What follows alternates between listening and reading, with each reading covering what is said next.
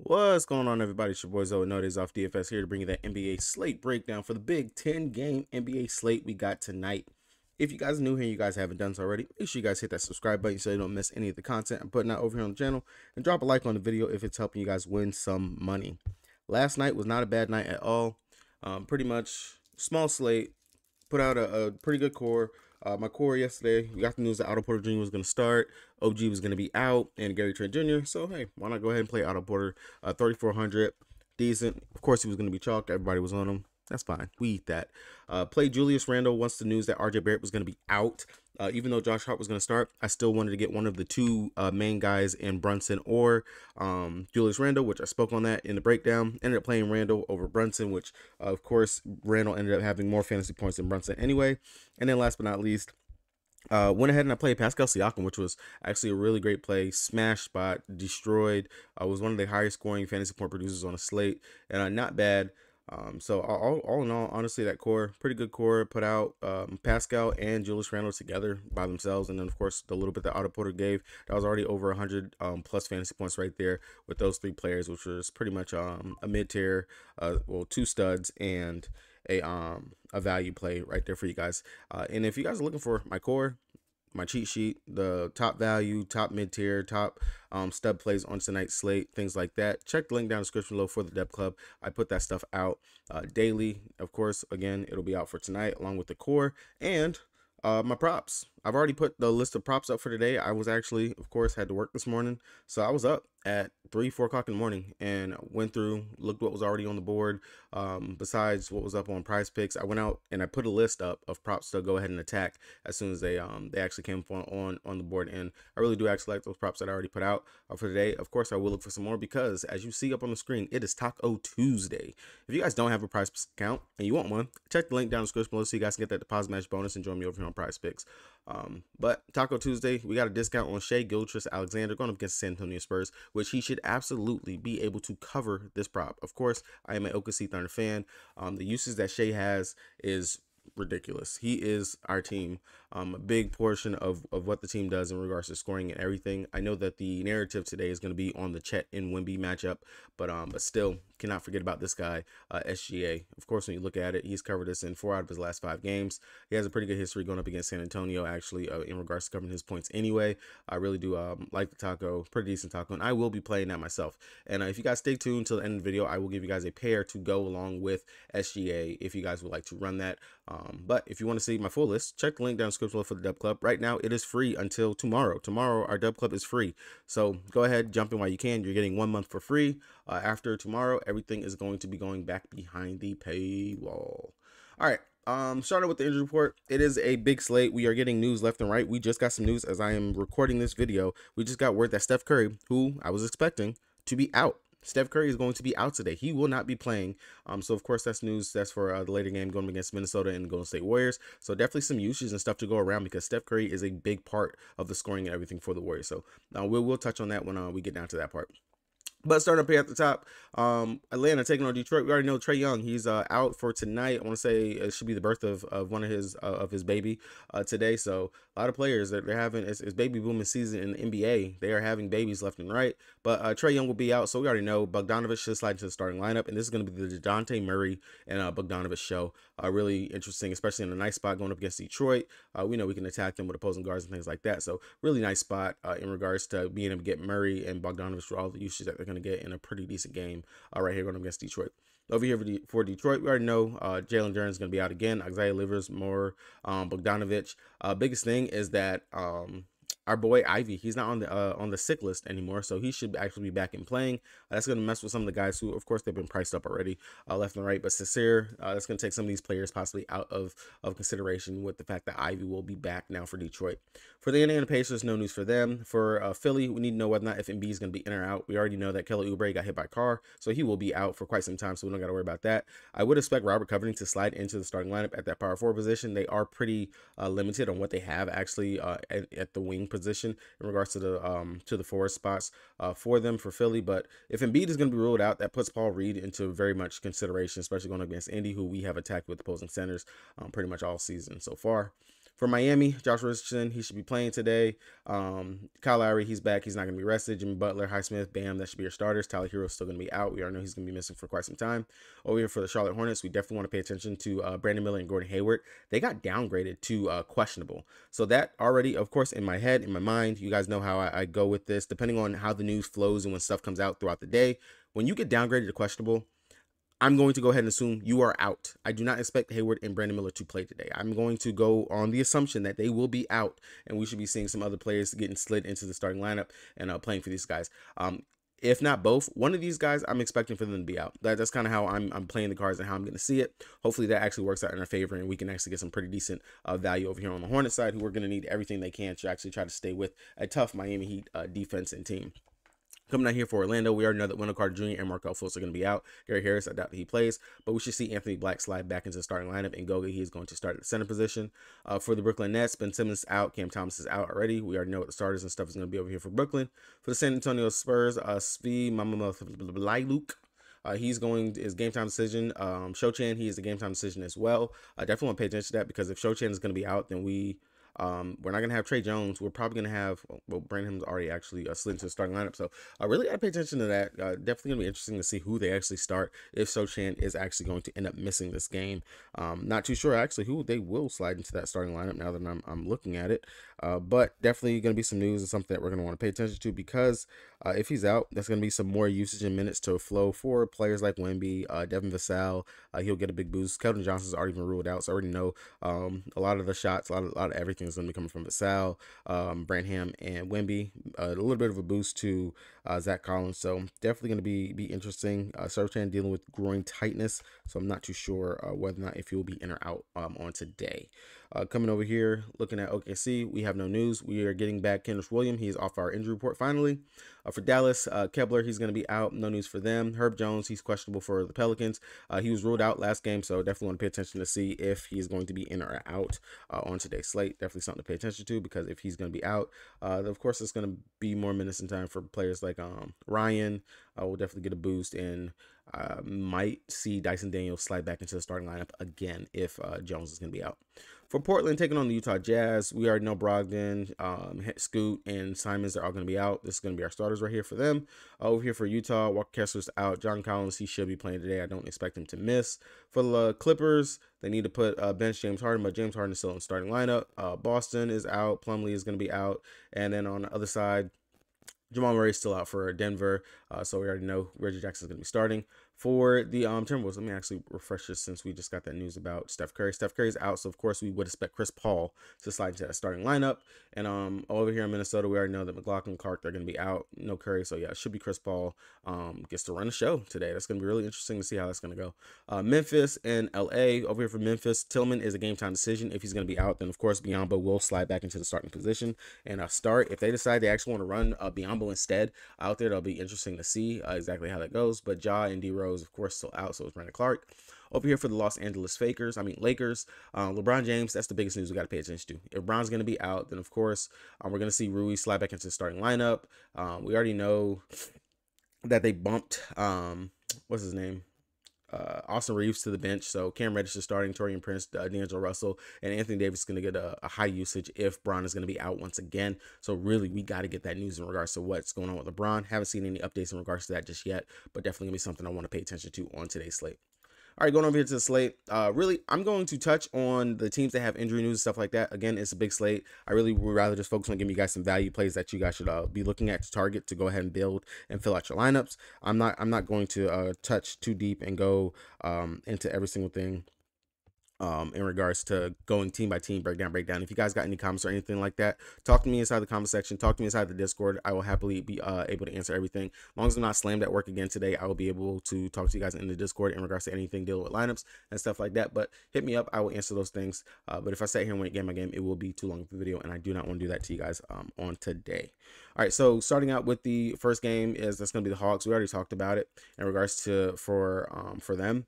With Trae Young being out, DeJounte Murray, the usage, everything's going to be there. 8-3, love the price tag for him going up against Detroit. Should be a decent spot for him to actually go out here and crush and have a pretty decent game. And then the same thing for Bogdanovich being moved into that starting lineup. He's going to also get a boost here, and definitely going to be two players that I want to focus on over here for them in what should be a pretty decent total, if I'm not mistaken. It's sitting at a 225 total, so not a bad total. One of the more mid-tier level totals on today's slate. So definitely both these guys, Bogdanovich sitting at 4.9. That's a really great price tag for him. We'll see a boost for some guys off the bench, such as Sadiq Bey. We know Wesley Matthews, he is back, but I'm not going to worry too much about him. I'm not going to mess with that. Outside of that, one of the cheap value plays, of course, you can always get to is going to be Okongwu. We already know he is going to play at least 20 plus minutes out there. Great fantasy point per minute producer at 4.5. Do not hate that price tag. A decent value play that you can get off of the bench if you're looking for some value right here for this team. Going over here, let's see, for Detroit, we already know in regards to everything that we're targeting over there for Detroit. For the Pacers, for Philly. So if the 76ers, looking at them, if Paul Reed, if Embiid's going to be out, we will expect Paul Reed to slide into the starting lineup, and he will be one of the best plays on the slate. 3,500, a smash fantasy point per minute producer whenever he is actually out there on the court and gets the minutes. We already seen it. We've seen it in the preseason.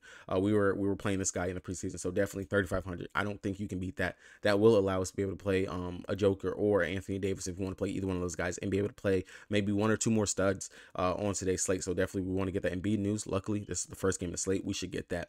Now, if Embiid is in, maybe I don't mind coming out here going to a Robert Covington, who is sitting at 3.4. He should theoretically get the start on today's slate. Definitely will be paying attention to that, because if he does get the start, that's some decent value that we can go to get down to, especially if we're trying to fit in two big price studs on today's slate that we're looking to get to. And he really does grade out, especially at 3,400 in Indy. We know they've given up some pretty great games to opposing power forwards. Nick Batum, and low usage player, in his start when he played last game going up against the Pacers, he went out there and dropped 26 fantasy points in 34 minutes. So Robert Covington, we know the upside is there for him. If he can knock down the shot, we know he can rebound, he can play heavy on the defensive side. The upside will definitely be there for Rocco if he actually does go ahead and get that start for them. Going over here to the Charlotte Hornets, like I said, I expect Brandon Miller, Gordon Hayward to be out, especially with the midday downgrade to doubtful. I mean, not doubtful, to questionable after being listed as probable before. That typically means that they are more than likely trending towards being out. If they are out, of course, a lot of usage is going to fall to LaMelo Ball. This, I'm not going to say it's the greatest spot in the world, but you can take a chance on him. I personally was already on LaMelo's unders for his points and assists and PRA for today. Of course, him starting and being out there, pretty much the only main starter out there with Mark Williams, a lot of usage is going to fall to him. PJ Washington, he's been crap as of late. Really not too interested in messing with him. We are going to see guys like JT Thor, Theo Maledon, maybe some more minutes for Ish Smith. Maybe we could see some, or Bryce McGowan's. All these punt cheapy guys, they're going to get minutes. They're going to get burns. If you guys remember, Ish Smith, he's a killer. He's cold. So maybe I wouldn't mind taking a stab.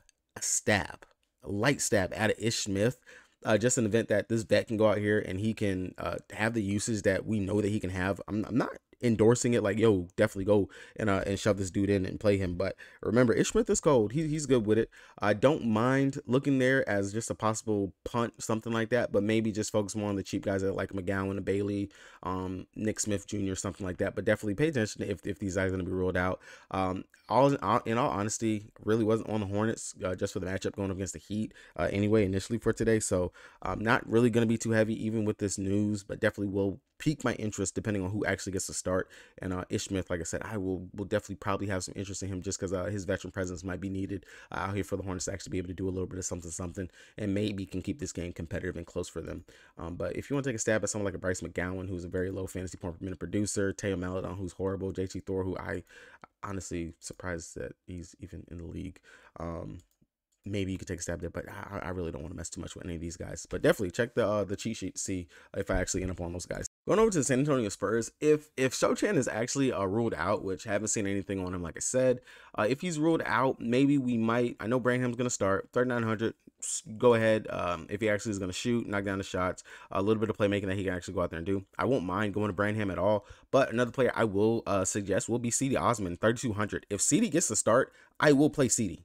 I will play CD if CD gets to start. 3,200, and I know the kid will go out there. He plays very hard whenever he's out there. I want to say he was actually starting earlier in the season, was decent in regards to the production that he was giving us out there when he was playing. If you're going to tell me I can get a 3,200 player that can possibly go out there and scrap his way to 20 fantasy points, I will go ahead and take that.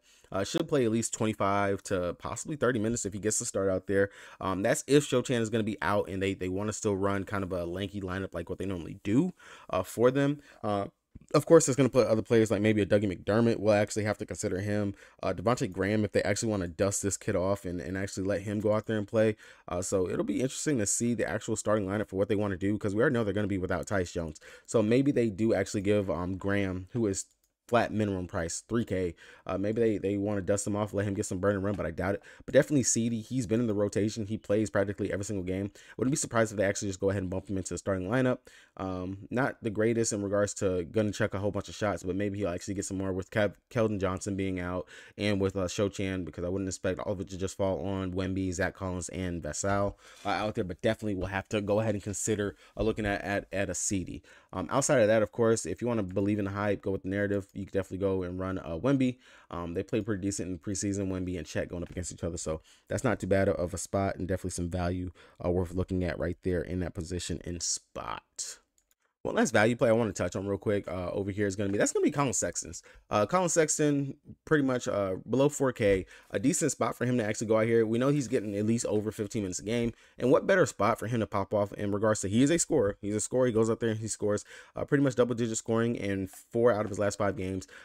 Really, honestly, did pretty well over the last couple. But if he can actually get a couple more minutes here in this game, I can see him paying off well and beyond this 3,700 price tag.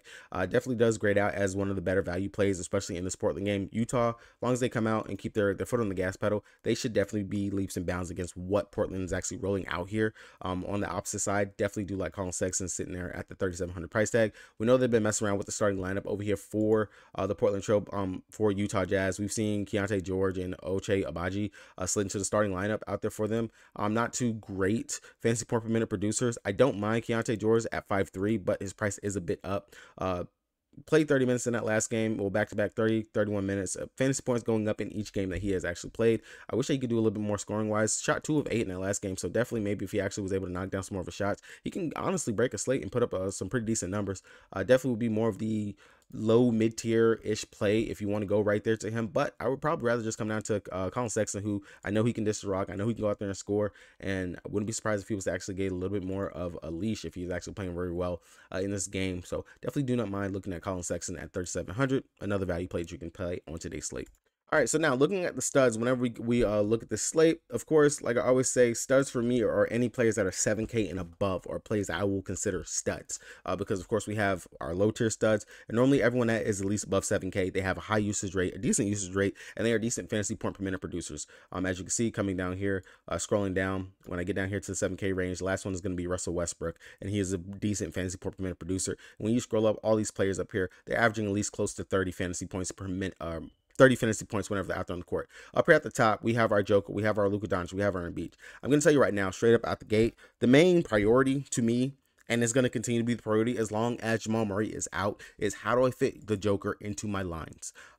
Yes, you could probably play the fade game. Maybe if LeBron was to be out, go with AD instead of the Joker. But right now, the guy is putting up practically averaging 70 fantasy points with Jamal Murray being out. 79, 67, 84 fantasy points. We know the usage is there. He's going to score. He's going to rebound. He's going to get those assists. Triple-double upside every night. It's kind of a no-brainer. It's kind of like when Westbrook was on the Thunder and he had all that usage, was averaging a triple-double, and was practically putting up 70 fantasy points every single night. It's the exact same boat, but instead with the Joker. And right now at 12.2, I do feel like there's enough value out here on today's slate for us to figure it out and get to those players that we want to get to. But for sure, 110%, the name of the game on today's slate, and as long as Jamal Murray is out and the Nuggets are on the slate, how do I fit the Joker into my line? Because pretty much to me, that's guaranteeing me at least 60 fantasy points on any given night. There's no one that can honestly stop the dude.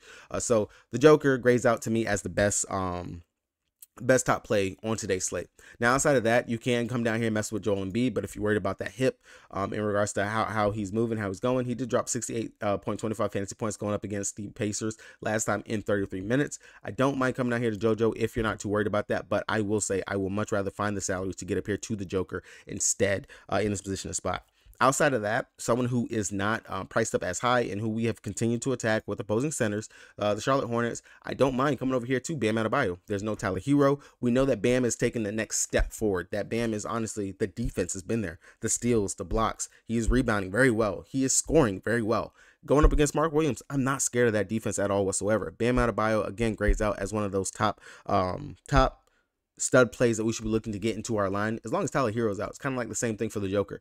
As long as another high usage player that is normally out there on the court with him, I'm gonna want to go ahead and get the other guy who's positively affected by that. And Bam Adebayo is going to be that guy right there. We already talked about DeJounte Murray in regards to the fact that, hey, we don't have Trae Young, so we know all the usage, the point guard duty, and we know he used to be a point guard down in San Antonio. He's going to get that. I love DeJounte Murray. If you can go ahead and fit him into your line, that's decent. That's not bad. If you guys want to mess with Luka, of course, 11-8, again, right there. I'd rather just go ahead and get up to the Joker. Dropped 51.5 fantasy points going up against the Pelicans the last time when they played. I don't hate that. We already know he's the first, second, third, fourth, fifth, sixth, seventh, eighth, ninth option on his team. So definitely worth the look. But I will say, much rather would just figure out how to go ahead and get up to the Joker. When it looks at the ownership right now, projected ownership between Joel Embiid, the Joker, and Luka. Joel Embiid, only because I think of that injury tag, is the only reason why he's the lowest owned. And then of course coming in second is going to be Luka and the Joker. He is the highest owned out of those three right now currently for those guys. If Joel Embiid is to miss, in all honesty, we should more than likely be trying to fit Tyrese Maxey into our lines. The kid went out there and dropped 50 points going up against the Pacers last game. 39 minutes, 74.75 fantasy points. Beautiful. Love it.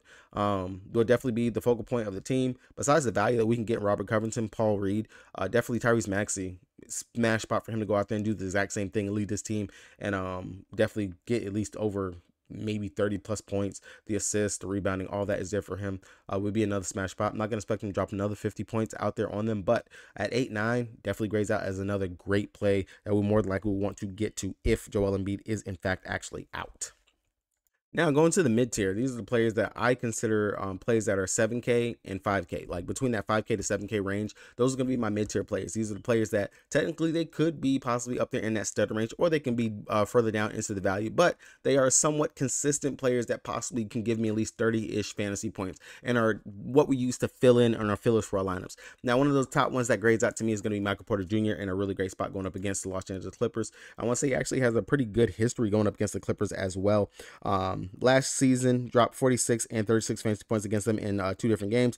And the first game when he played against them only dropped 16 fantasy points, but that was only in 22 minutes in that game. And that game right there was a blowout for the Nuggets. Now with Jamal Murray being off the court, we know that his usage is going to be there. The shots are going to be there. And in those 3 games so far that Jamal Murray has missed as well, he has dropped 38, 35, and 41 fantasy points. So definitely a spot where we can go to Michael Porter Jr. We know he's going to go out there and take his shots. I'm not too worried about the Kawhi Leonard defense, the Paul George defense. He still has proven that going up against them in the prior season. And we have seen opposing small forwards have decent games going up against the Clippers so far, especially since they've added Harden. Desmond Bane just popped off with 42 fantasy points. Derek Jones Jr. Derek Jones Jr. dropped 36 fantasy points. Mikal Bridges dropped 37. RJ Barrett dropped 38. So the list can go on in regards to opposing small forwards actually having decent games going up against them. Now, I will say this is where we can have merit for if you want to come off of the Joker and you want to come down and get someone different at the center position and you're not trying to pay up for the Joker himself. I don't mind coming down to a second fiddle in a Michael Porter Jr. down here who grades out, like I just said, as a really great play going up against them, going up against the Clippers, and who can have that upside to possibly get us a 40 plus fantasy point game if his shot is falling and he's able to go out there, crash the glass, rebound, and everything else that he's bringing to the table with Jamal Murray being out. Outside of that, really don't mind, not John Collins, Zach Collins. We know that the dude, I don't know what it is whenever it comes down to playing the Thunder, but he doesn't like us. I don't know what it is. Whenever he's given minutes, play at least over 30 minutes, he's dropped 40 plus fantasy points going up against us. I don't mind that, especially if with the fact that Kelly Johnson is going to be out, if Shochan's out, definitely knows that Zach Collins, he can be a playmaker. He does get some assists and things like that. Rebounding, that's going to be there for him as well. The Thunder, we are a poor rebounding team as a whole. That is one of those things that we are giving up in regards to our offense and everything else that we're doing. We are letting opposing teams go ahead and get those rebounds. Zach Collins, a really good rebounder himself. Wemby, decent on the rebounds, but has not really been crashing the glass. A lot of that has fallen onto Zach Collins, Shochan, and Keldon Johnson, these other players. So definitely can see a spot for a double-double bonus out here for Zach Collins in the spot going up against the Thunder. Do not hate that or mind that at all.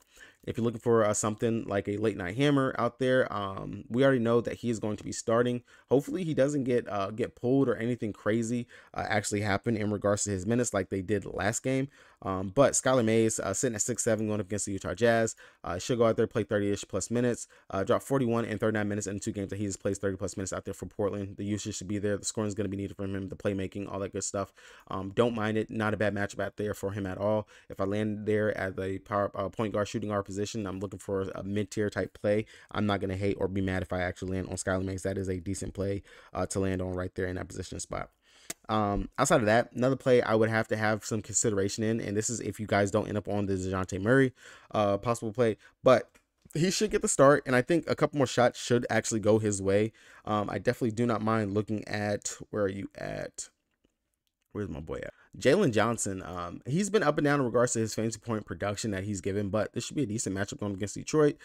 Definitely, we've seen opposing power forwards, and if long as he starts at the power forward spot, have done decent going up against them. Tobias Harris dropped 34 fantasy points. Draymond Green 28. KD dropped 58. Matt Ryan, shooter 27.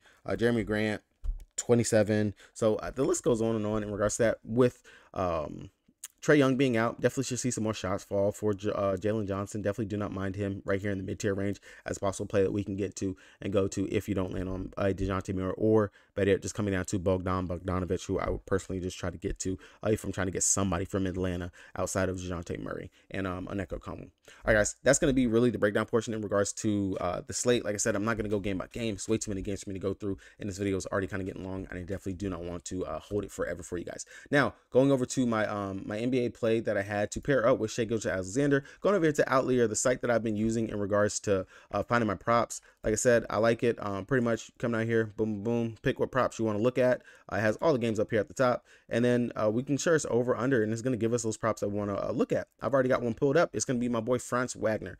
We already know that the Orlando Magic, they are without Wendell Carter Jr. They're without Markelle Fultz. One of the cool things I like, we can go over here and we can look at what Franz has done without Wendell Carter Jr. so far this season. Without Wendell Carter Jr., he is 4 for 4 in all of his games without Wendell Carter Jr. in regards to going over this 4.5 rebound tag. Right now it's sitting at -135 over there on the books. Now I know when we come over here to Prize Picks and we go ahead and we search Franz, his rebound prop is going to be sitting at a 5. I don't mind the push. I don't hate it. Is there a chance that he goes over? Well, according to this, over his last 2 games, he's had 7 and 6 rebounds. I know Goga is not going to sit underneath the rim. I know that he will actually stretch the floor, spread the floor, and that has led to more rebounds for Paolo, for Franz, for Suggs, for all these other guys who are crashing the glass out there to make up for the rebounding lags of Wendell Carter Jr. not being out there. So a really great play that I think that you can go ahead and pair up with Shai Gilgeous-Alexander as your taco play. And remember, it's a $25 limit in regards to your taco, but go ahead, pair those two up, run it out there. You can run it the full 25, or you can just put it into a 6-fig play. If you guys are looking for more props, check the link down in the description below for the Patreon. I got you, or not Patreon, for the Dub Club. All those plays will be posted up there. I will drop a couple of my slips momentarily, and on top of that, if you guys are looking for deposit match bonus over here on Prize Picks, check the link down in the description below for that. All right, guys, that's going to be it for me. Hopefully you guys cash out on today's slate. Let's go ahead and kill it. A lot of value, a lot of news, a lot of different ways that we can go on today's slate. Really, really intrigued in regards to this.